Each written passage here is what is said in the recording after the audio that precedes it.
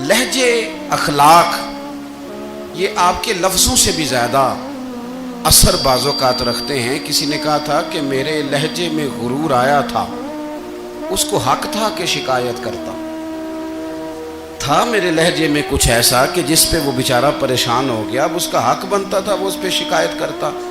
تو میرے عزیز، آپ بات کو یاد رکھیں گے کہ جو اخلاق ہے، آپ کا جو اخلاق ہے، جو آپ کا کردار ہے، وہ اپنی ایک خوبصورتی رکھتا ہے۔ اس لیے میرے نبی پاک صلی اللہ تعالیٰ علیہ وآلہ وسلم نے فرمایا تم میں کامل مومن وہ ہے جس کا اخلاق زیادہ اچھا ہے۔ جو کہانیاں زیادہ سناتا ہے وہ نہیں، جو اپنی خدمات زیادہ بتاتا ہے وہ نہیں، جو باقی سب کی نفی کر کے کہتا ہے کہ دنیا میں کوئی بندہ ٹھیک نہیں، صرف میں ٹھیک ہوں، وہ والا بندہ نہیں، بلکہ فرمایا جس بندے کا اخلاق زیادہ اچھا ہے۔ اخلاق دیکھیں، یہ جو آپ کا لہجہ ہوتا ہے نا، یہ بہت زیادہ اثرات مرتب کرتا ہے آپ کے گھر پہ بھی، باہر بھی۔ آپ اگر اپنی گفتگو میں باڈی لینگویج کو تھوڑا سا اچھا رکھیں، کچھ لوگ ایسے ہوتے ہیں جو بات بڑی صحیح کرتے ہیں پر کچھ زیادہ ہی باتیں کرتے ہیں، تو وہ زیادہ باتیں کرنے کی وجہ سے ان کی جو صحیح باتیں ہوتی ہیں ان کا بھی وزن خراب ہو جاتا ہے، کیونکہ وہ زیادہ باتیں کرتے ہیں، ہر وقت بولتے ہیں، ہر وقت بات کرتے ہیں، تو جب وہ ٹھیک بات بھی کر رہے ہوں تب بھی ان کی بات کا لوگ اثر قبول نہیں کرتے۔ لیکن اگر ان کا لہجہ باوقار ہو، بات وہ تھوڑی کریں پر جتنی کریں ذرا سونی کر کے کریں، گفتگو میں خود بخود اثر پیدا ہو جائے گا، بات اچھی لگے گی۔ اخلاقی رویے اگر لوگوں کے زیادہ اچھے ہو جائیں، ایک تو مسکرانے کا بل کوئی نہیں آتا، اس کے پیسے کوئی نہیں لگتے، اور یہ بھی شکر ہے ابھی تک اس پر ٹیکس بھی کوئی نہیں، یہ بھی مقام تشکر ہے۔ تو اگر آپ بات کریں اور اس میں تھوڑی سی مٹھاس پیدا کر لیں، آپ تھوڑی سی بات میں نا مٹھاس، میرے ایک کلاس فیلو ہیں تو وہ تقریر کر رہے تھے اور میں سن رہا تھا، تو مجھے بعد میں کہنے لگے آپ تبصرہ کریں میں نے کیسی تقریر کی ہے۔ یہ ہوتا ہے نا جی، بعض اوقات دوست بیٹھتے ہیں بے تکلف تو کئی دفعہ کچھ باتیں ایسی ایک دوسرے کے ساتھ کرتے ہیں، تو مجھے کہنے لگے آپ بتائیں کہ میں بات کر رہا تھا تو کیسی تھی؟ تو میں نے کہا جب آپ بات کر رہے تھے تو میں ڈر رہا تھا، مجھے لگ رہا تھا کہیں آپ لڑ نہ پڑیں۔ بھئی آپ اطمینان سے بات کریں، آپ تسلی سے بات کریں، آپ خندہ پیشانی کے ساتھ بات کریں۔ میرے نبی پاک صلی اللہ تعالیٰ علیہ وسلم نے فرمایا، مسلم شریف کی حدیث ہے، حضور فرماتے ہیں نیکی کو کبھی چھوٹا نہیں سمجھنا، نیکی کو حقیر نہیں سمجھنا، کچھ نہ ہو سکے تو اپنے بھائی سے مسکرا کے بات ہی کر لیا کرو، بات کرو تو تمہارے لہجے میں ترش روئی نہ ہو۔ بعض اوقات آپ تلخ بات کرتے ہیں، آپ کا لہجہ تلخ ہوتا ہے تو آپ کی صحیح بات بھی قبول نہیں کی جاتی، لیکن اگر آپ کے لہجے میں مسکراہٹ ہو، آپ کے لہجے کے اندر خوبصورتی ہو، تو آپ کے اپنے بھی، آپ کے بیگانے بھی، سب کے سب آپ کی بات کو تسلی کے ساتھ سمجھنا وہ گوارا کریں گے۔ اسی طریقے سے ہمارا دل کرتا ہے کہ لوگ ہماری بات سنیں، ہمارے گرویدہ ہوں، ہم جو پیغام دینا چاہتے ہیں وہ پیغام لوگ اچھے طریقے سے قبول کریں، اس پر لوگوں کی توجہ زیادہ ہو، یہ ہمارا شوق ہوتا ہے۔ اور دنیا میں اب تو فیمس ہونے کا شوق بڑا بڑھ گیا ہے، اب بڑا بڑھ گیا ہے۔ اب تو لوگوں کو نا شاید لوگ مقبولیت اسی کا نام لیتے ہیں کہ میرے اتنے لائکس ہیں، اتنے فالور ہیں، اتنے سارے لوگ ہیں تو شاید میں بڑا مقبول ہوں۔ یاد رکھنا، قابلیت سے زیادہ قبولیت ضروری ہوتی ہے۔ فالور کیا کریں گے اگر رب بھی راضی نہ ہوا تو؟ لائکس کیا کریں گے؟ اگر تو قبول ہو جائے تو پھر چلو کسی لائکس کا بھی فائدہ ہے، کسی فالور کا بھی، اور اگر قبول نہ ہو تو پھر کوئی فائدہ جنوں پریتم اپنا آنکھ ہی نہ وہ اجے سہاگن ہو ہی نہیں، تو جب وہ قبول کر لے پھر تو بڑی بات ہے، اور اگر قبولیت نہ ہو تو پھر بڑے بڑے مجمع بھی کوئی فائدہ نہیں دیتے۔ ہماری خواہش ہوتی ہے کہ لوگ ہمیں جانیں، لوگ ہمیں پہچانیں، ہمارا بڑا نام ہو، ہمارا بڑا ذکر ہو، ہمارے بڑے تذکرے ہوں۔ تو میرے نبی پاک صلی اللہ تعالیٰ علیہ وسلم نے ارشاد فرمایا،